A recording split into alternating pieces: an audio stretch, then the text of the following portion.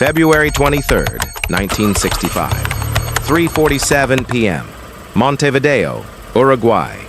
A blue Volkswagen Beetle crawls through the quiet outskirts of Montevideo, carrying two men whose lives have been tied together for 6 months without the older one knowing it.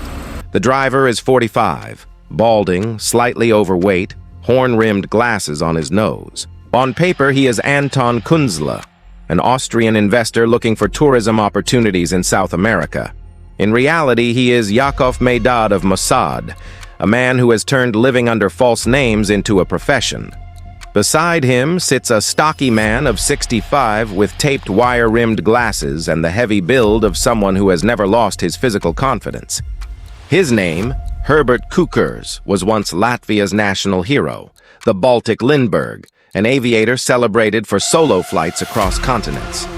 Now his name is whispered for something else: the murder of tens of thousands of Jews during the Nazi occupation of Latvia. They talk like businessmen. Flight routes, tourist demand, investment returns. To anyone watching, this is nothing more than a modest European investor and an aging pilot chasing one last venture. As they near a villa on Calle Colombia, Meidad repeats a simple phrase in flawless German with a soft Austrian accent he has rehearsed for months. Perfect location for business. Across the street, 5 men hear those exact words through a tiny transmitter sewn into Meidad's jacket. It is the code that the trap is set, the moment that months of patience have been moving toward. They leave the safe house and take their positions. Inside the villa, Meidad unlocks the door and lets Cukurs walk in first. Sunlight pours through bare windows. The place looks exactly like what it pretends to be, an empty property waiting for renovation. Then there are footsteps behind him, more than one pair. He turns and sees 5 men coming out of doorways. Recognition hits instantly. This is not a robbery and not a business meeting gone wrong. A man who has lived 2 decades waiting for revenge understands it in a heartbeat. The young Israelis thought this would be simple. How hard could it be to overpower a 65-year-old? They find out in the next 2 seconds. Cukurs explodes into motion with the reflexes of a trained pilot and the raw strength of a man who once killed with his hands. He smashes one operative against the wall, drives a kick into another, and lunges for the door. 6 more feet and he is outside. 6 more feet and the operation becomes a diplomatic catastrophe. A pistol comes out. 2 suppressed shots to the head. Herbert Cukurs drops, and the room is suddenly filled only with the sound of labored breathing and the shock of men who realize how badly they underestimated him. They work quickly. The body is wrapped, forced into a wooden crate, and a pre-written note is nailed to the side. Taking into consideration the gravity of the charge leveled against the accused, namely that he personally supervised the killing of more than 30,000 men, women, and children, the accused Herbert Cukurs is hereby sentenced to death. Executed by those who can never forget, February 23rd, 1965. The team leaves in stages, exits in different directions, and by nightfall, they are already on flights to Europe. In 12 days, the heat will make the crate impossible to ignore. In a few more, the world will read that note in newspapers. But to understand how a Latvian war criminal ended up dead in a Montevideo villa, we need to go back 18 months, to a small apartment in Paris, and to a decision that was never meant to be public. September 1st, 1964. Paris. A quiet apartment in the 7th arrondissement. The date is deliberate, exactly 25 years after Nazi Germany invaded Poland and set Europe on fire. A man Mossad calls Joseph sits across from Meidad. Between them lies a thin file that weighs as much as a verdict. "We need something dramatic," Joseph says, "something the world cannot ignore." West Germany has announced that its statute of limitations on Nazi war crimes will expire in 1965. Once the clock runs out, thousands of men who participated in mass murder will receive automatic amnesty. No trials, no investigations, just legal oblivion. Israel refuses to accept that. The Eichmann trial has already burned itself into the world's memory. Another kidnapping of the same kind will not shock anyone in the same way and risks damaging relations with a friendly state. The government wants a different message this time. Not a trial, a sentence. Joseph opens the file. Meidad sees black and white photographs from the 1930s. A handsome aviator beside experimental aircraft, smiling crowds, headlines calling him the Baltic Lindbergh.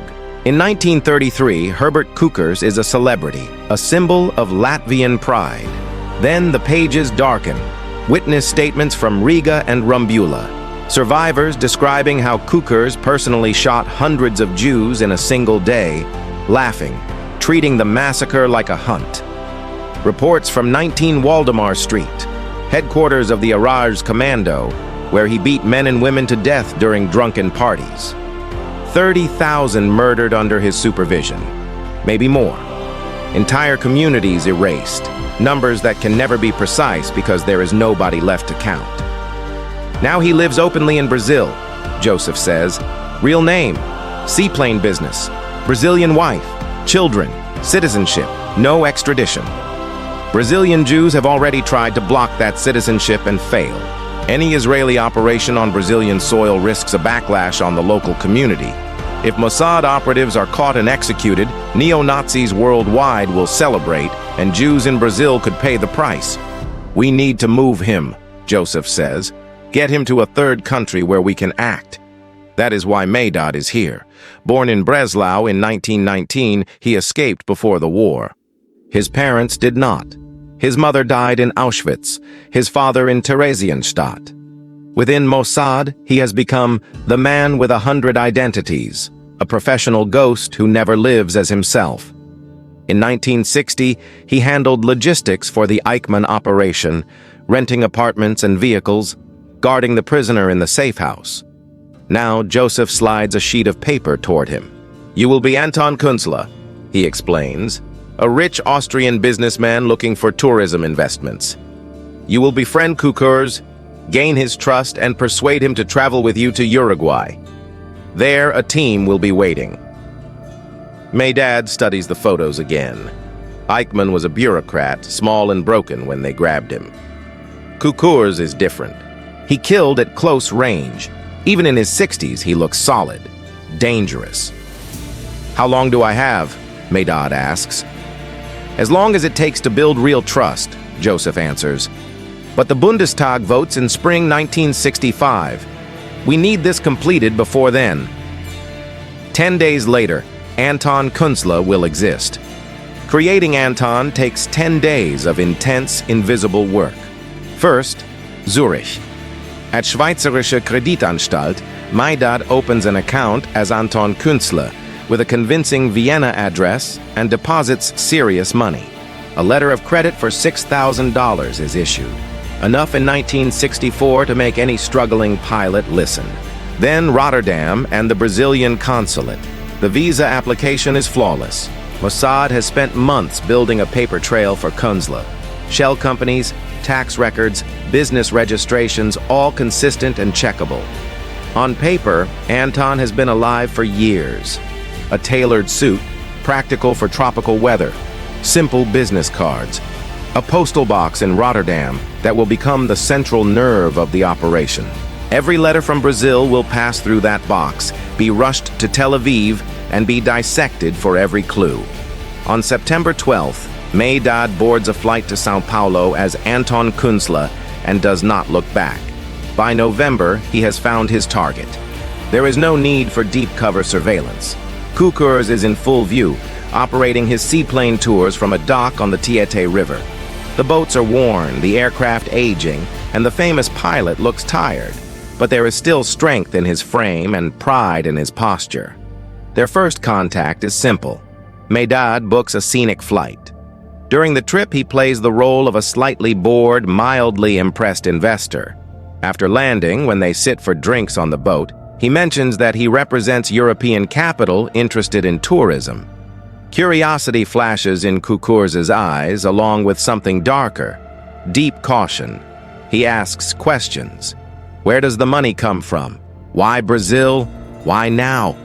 This is where Meidad plays his most important card. He shows scars and lets silence do most of the talking. From the war, he says quietly. We all have our stories. It does not matter whether the scars are from his real past or created for the role. For Cukurs, they are proof. Here is another European who suffered, someone who might have fought on what he still calls the right side. Trust does not appear overnight, but it begins. Over the next weeks, they meet often. Expensive lunches, quiet conversations. Meidad listens to stories of record-breaking flights, of the glory days when newspapers adored the Baltic Lindbergh. Then one night, after enough drinks, the subject shifts. The Jews wanted to destroy Latvia, Cukurs says with complete certainty. We did what we had to do. Justification, not confession. Meidad keeps his face calm. Inside, he is thinking of his parents and of the 30,000 dead. Outside, he nods and says softly, "Tell me more." Everything he hears is reported to Tel Aviv. But information is not enough. They still need one more step, to get him to leave Brazil of his own free will. On December 31st, 1964, a letter leaves the Rotterdam postal box. Happy New Year. I have identified an excellent business opportunity in Uruguay, Künzle writes. It would be ideal for a scenic flight operation. Can you obtain visas for Uruguay and Chile so we can finalize matters there? The real audience for that letter is in Tel Aviv and Paris, not Sao Paulo. On January 20th, the watcher on the Rotterdam box finds an envelope from Brazil. I have obtained the visas, Cukurs replies. When shall we meet? The operation moves into its final phase. In Montevideo, a villa called Casa Cubertini is rented under the name of a man from Vienna. It sits in a quiet area, far enough from the city center to buy a few hours of silence when the time comes. 4 young Sabras and Joseph arrive separately and turn the house into a controlled environment. They check doors, windows, lines of fire, exits. To them, the target is an old man. They grew up with stories of the Holocaust, but never saw it. In their minds, this will be clean, quick, almost easy. When Meidad joins them, he sees that confidence and is deeply uneasy. This is not Eichmann, he warns. Eichmann ordered deaths from behind a desk and was broken when we took him. This one killed with his hands, and he is still dangerous. Do not take him lightly. They listen, but he can tell they do not fully believe him. On February 23rd, he meets Cukurs at a cafe in Montevideo. They go over the details of their fictional business, then Meidad suggests a drive to inspect the property that afternoon. There is a brief hesitation in the older man's eyes. 2 decades of paranoia whisper that travel, isolation, and big promises are dangerous. But the chance to regain something of his old status is too tempting. He agrees. The 40-minute drive through the outskirts of Montevideo is filled with casual talk. Tourist seasons, planned routes, projected income. Underneath it all, Meidad can feel his own pulse beating harder. 6 months of lies, of forced camaraderie, of listening to genocide explained away as patriotism have brought him here. At 3:47 p.m., they arrive at the villa. Perfect location for business, he says, and the machine that has been idling for weeks suddenly moves. The rest, you already know. The footsteps, the fight, the desperate race for the door that ends in 2 shots, and the silent, shaken realization that Meidad's warning was exactly right. They pack the body into the crate. The note is attached. The route to the airport is followed exactly as rehearsed. By dawn, the men involved are scattered across Europe, blending back into their lives. Operation Cukurs is over on the ground. Its impact is only beginning. It takes 12 days. The first anonymous call goes not to the police, but to a German news agency. A calm voice describes a villa near Montevideo, a wooden crate, a man named Herbert Cukurs, and a typed death sentence signed by those who can never forget. The police dismiss it as a sick joke. The second call is harder to ignore. Same details, same verdict. Same insistence that they go there now. When officers finally enter the villa on March 7, 1965, the smell of decomposition leads them straight to the crate. The note is still nailed to the wood. Fingerprints and dental records confirm the identity. Within hours, headlines roll across Europe and South America. Butcher of Riga found dead in Uruguay. Survivors who had never spoken publicly about him begin to come forward. They describe beatings, shootings, the man who strutted through the Rumbula killing fields as if he owned them. The world hears their stories because the assassination has created space for them to finally be believed. In Bonn, the Bundestag is preparing to vote on the Statute of Limitations. The debate had already been tense, but now the timing is impossible to ignore. How can a country declare Nazi crimes expired when one of the men responsible has just been found executed in a foreign land? In April 1965, West Germany extends the Statute of Limitations. The law will not bury these crimes. No one can prove that the corpse in Montevideo tipped the scales. Yet the message is clear. History may want to move on, but justice has its own calendar. Israel says nothing officially. Journalists receive the same flat line every time they ask. We have no information on this matter. Inside the small world of intelligence services, people know who did it.